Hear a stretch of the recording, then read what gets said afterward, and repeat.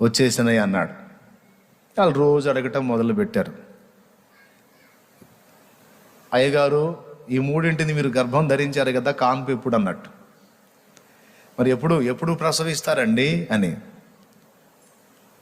ఇప్పుడు గర్భంలో శిశువు ఏర్పడడం మొదలుపెట్టగానే కాన్పు కాదుగా, నిర్మాణం జరగాలిగా. కోడిగుడుగా మారాలి అంటే 21 రోజు టైం పట్టిద్దిగా.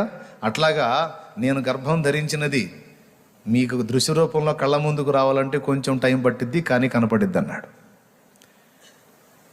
అప్పటి నుంచి పాపం దైవజనుని ఎగతాళి చేయటం మొదలుపెట్టారు వాళ్ళు రోజు. కానీ ఒకరోజు వాళ్ళు ఆశ్చర్యపోయే క్రియ జరిగింది అక్కడ, వాళ్ళ కళ్ళ ముందే జరిగింది.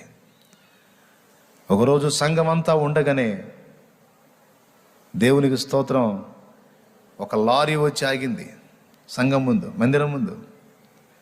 ఆ లారీలోంచి ఆయన అడిగినటువంటి మేజాబల్లా, ఆయన అడిగిన టైపు కుర్చీ, ఆయన అడిగిన కంపెనీకి చెందిన సైకిల్ 3 దించి అక్కడ ముందు పెట్టి